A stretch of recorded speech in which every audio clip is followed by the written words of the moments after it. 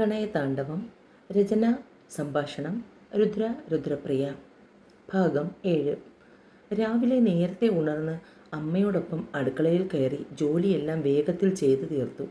8:30 മണിയായപ്പോൾ ചോറും കറിയും കാപ്പിയും ഒക്കെയായി. ലക്ഷ്മിയെയും ഉണ്ണിക്കുട്ടനെയും വിളിച്ച് കാപ്പി കുടിപ്പിച്ച് അവർക്ക് കഴിക്കാനുള്ള ടിഫിനും എടുത്ത് കൊടുത്തതിന് ശേഷം ബാല കുളിക്കാനായി പോയി. കുളി കഴിഞ്ഞ് വരുമ്പോഴേക്കും പിള്ളേർ രണ്ടും പോകാനായി റെഡിയായി. പതിവ് പോലെ ബാലയുടെ കവിളിൽ രണ്ടിലും അമർത്തി ഉമ്മ വെച്ചിട്ടാണ് ഉണ്ണിക്കുട്ടൻ യാത്ര പറഞ്ഞത്. പിന്നാലെ തന്നെ വീർപ്പിച്ച് കുത്തിയ മുഖവുമായി ലക്ഷ്മിയും ഇറങ്ങി. ഓണത്തിന് അമ്മ വാങ്ങിക്കൊടുത്ത ലാവൻഡർ ചുരിദാറാണ് ബാല ഇട്ടിരിക്കുന്നത്. സുമയും ഉള്ളതിൽ നല്ലൊരു സാരി തന്നെ ഉടുത്തു. രണ്ടുപേരും കതകും പൂട്ടി പുറത്തേക്ക് ഇറങ്ങുമ്പോഴാണ് മുള്ളുവേലി കടന്ന് ശ്രീധരൻ മുറ്റത്തെത്തിയത്. അമ്മയെയും മകളെയും കണ്ടപ്പോൾ അയാളുടെ മുഖം വലിഞ്ഞു മുറുകി. അപ്പോൾ അമ്മയും മകളും കൂടി എന്നെ തോൽപ്പിക്കാൻ തന്നെ തീരുമാനിച്ചു അല്ലേ? ചോദിച്ചുകൊണ്ട് നോക്കുമ്പോൾ ബാല അമ്മയുടെ പിന്നിലേക്ക് നീങ്ങി. എന്നാൽ സുമ അവളെ ഇടത് കൈകൊണ്ട് അയാളുടെ മുന്നിലേക്ക് നീക്കി നിർത്തി. ശ്രീബാല ഇനി ആരുടെ പിന്നിലും അഭയം തേടില്ല. ഇയാൾക്ക് നിന്നിൽ ഒരവകാശവുമില്ല. നിന്റെ കാര്യങ്ങൾ തീരുമാനിക്കുന്നത് അമ്മയായ ഞാനാണ്. അപ്പോൾ നീ എന്നെ പരസ്യമായി എതിർക്കാൻ തന്നെ തീരുമാനിച്ചു സുമേ? ശ്രീധരനും ഒട്ടും വിട്ടുകൊടുക്കാൻ ഭാവമില്ലാത്തതുപോലെ നിന്നു. ഇത്രയും നാൾ എൻ്റെ ഉള്ളിലൊരു സങ്കടമുണ്ടായിരുന്നു. മകളുടെ ഇടയിൽ എൻ്റെ ബാല ഒറ്റപ്പെട്ടു പോകുമെന്ന്. അത് ഭയന്ന് തന്നെയാണ് ഇത്രയും കാലവും നിങ്ങളല്ല അവളുടെ അച്ഛനെന്ന് ഞാൻ ആരോടും പറയാത്തത്. പക്ഷേ ഇനി അതിൻ്റെ ആവശ്യമുണ്ടെന്ന് തോന്നുന്നില്ല. കാരണം ലക്ഷ്മി പോലും എൻ്റെ കുഞ്ഞിനോട് ശത്രുവിനോടെന്ന പോലെയാണ് പെരുമാറുന്നത്. ഉണ്ണിക്കുട്ടൻ മാത്രമാണ് അവളെ ചേച്ചിയായി കണക്കാക്കുന്നത്. മറ്റവൾക്ക് അഹങ്കാരമാണ് നിങ്ങളുടെ അതേ അഹങ്കാരം. അതുകൊണ്ട് ഇനി ആരും അറിഞ്ഞാലും എനിക്ക് പ്രശ്നമില്ല.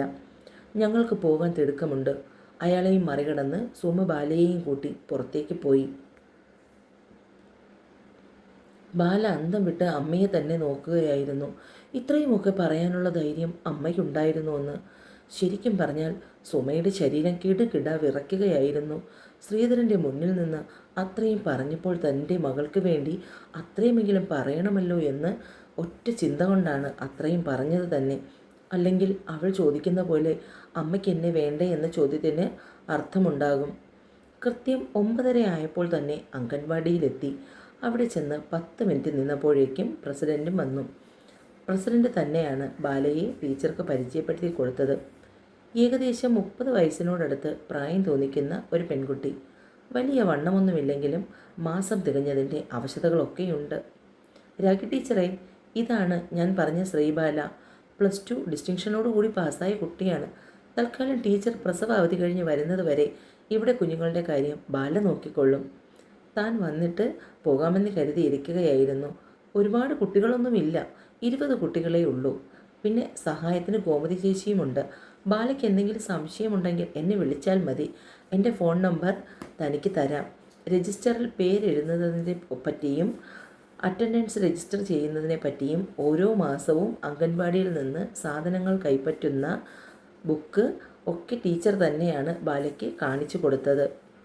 ശരീരഭാരം കുറഞ്ഞ 18 വയസ്സിന് മുകളിൽ വരെയുള്ള പെൺകുട്ടികൾക്ക് വെയിറ്റ് കൂടുന്നതിന് വേണ്ടി അംഗൻവാടികൾ വഴി സൗജന്യമായി കപ്പലണ്ടിയും ശർക്കരയും റാഗിപ്പൊടിയും ഒക്കെ കൊടുക്കുന്നുണ്ട്.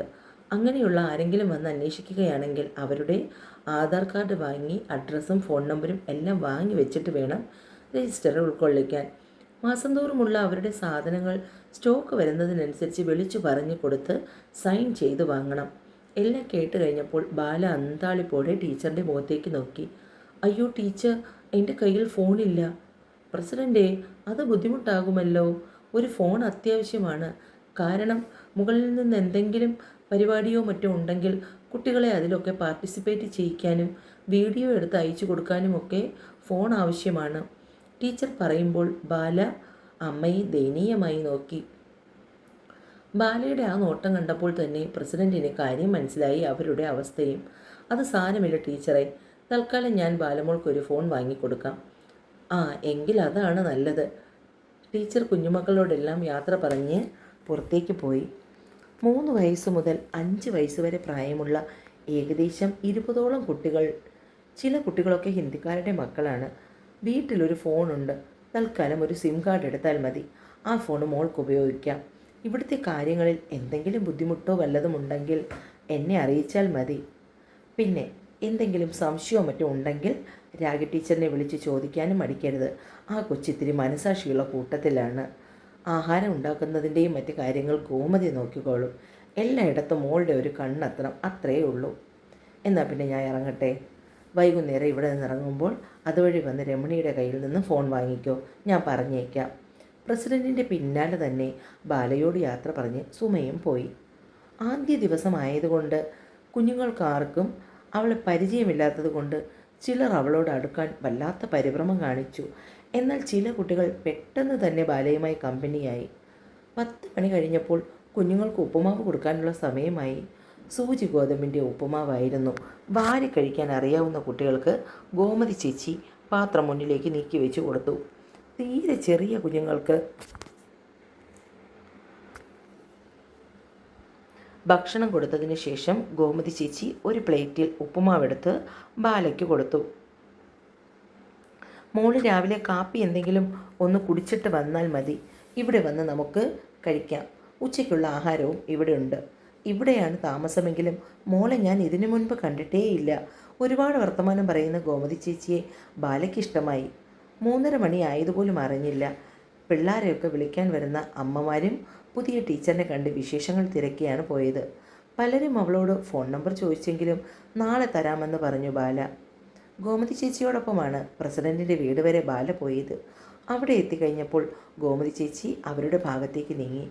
രമണി ഉമ്മറത്തേക്ക് വരുമ്പോൾ തന്നെ കണ്ടു ഗേറ്റ് കടന്നു വരുന്ന ബാലയെ. ആ, മോള് വന്നോ?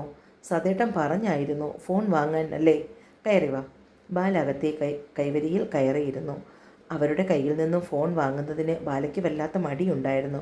പക്ഷേ എങ്കിലും ഇപ്പോൾ ആവശ്യം തന്നെയായി പോയില്ലേ? ഒരുപാട് ഉപയോഗിച്ചൊന്നുമില്ല മോളെ, ഇവിടുത്തെ മോൾക്ക് വേണ്ടി വാങ്ങിയതാണ്. കഴിഞ്ഞ തവണ എൻ്റെ ആങ്ങള ഗൾഫിൽ നിന്ന് വന്നപ്പോൾ അവൾക്ക് മറ്റൊരു ഫോൺ കൊണ്ടു കൊടുത്തു. അപ്പോൾ അവൾ ഇതിനെ മാറ്റി വെച്ചു. ഒരു സിം കാർഡ് എടുത്താൽ മതി, മോക്കിത് ഉപയോഗിക്കാം. എന്നാൽ ഞാൻ ഇറങ്ങട്ടെ ആൻറ്റി. ഇടയ്ക്കൊക്കെ ഇവിടെ വരണം കേട്ടോ. നിൻ്റെ പ്രായത്തിലുള്ള ഒരു മോളെ എനിക്കും ഉണ്ട്. കോളേജിൽ പോയിട്ട് വന്നില്ല, അല്ലെങ്കിൽ പരിചയപ്പെടുത്തി തരാമായിരുന്നു. നിറഞ്ഞ പുഞ്ചിരി അവർക്ക് കൈമാറി ബാല. അമ്മയോട് പറഞ്ഞ് ഇന്ന് തന്നെ ഇതിനൊരു സിം എടുക്കണം കേട്ടോ. എന്തായാലും ടൗൺ വരെ പോകേണ്ടി വരും, സാരമില്ല. ബാല വീട്ടിലെത്തുമ്പോൾ ഉണ്ണിക്കുട്ടൻ ചായയും പലഹാരവും കഴിച്ചിരിക്കുകയാണ്. അമ്മേ, ബാലേച്ചി വന്നോ? ഉണ്ണിക്കുട്ടൻ വിളിച്ചു പറയുന്നത് കേട്ടപ്പോൾ ലക്ഷ്മിയും സുമയും ഒന്നിച്ചാണ് പുറത്തേക്ക് വന്നത്. ചേച്ചി ഇതെവിടെ പോയതാ? ബാഗും തൂക്കി. തെളിച്ചമില്ലാത്ത മുഖഭാവത്തോടു കൂടിയാണ് ലക്ഷ്മി ചോദിച്ചത്. എനിക്കിവിടുത്തെ അംഗൻവാടിയിൽ ടീച്ചറായി ജോലി കിട്ടി. അവിടെ നേരത്തെ ഉണ്ടായിരുന്ന ടീച്ചർ പ്രസവ അവധിക്കായി പോയപ്പോൾ 3 മാസത്തേക്ക് കിട്ടിയ വേക്കൻസിയാണ്.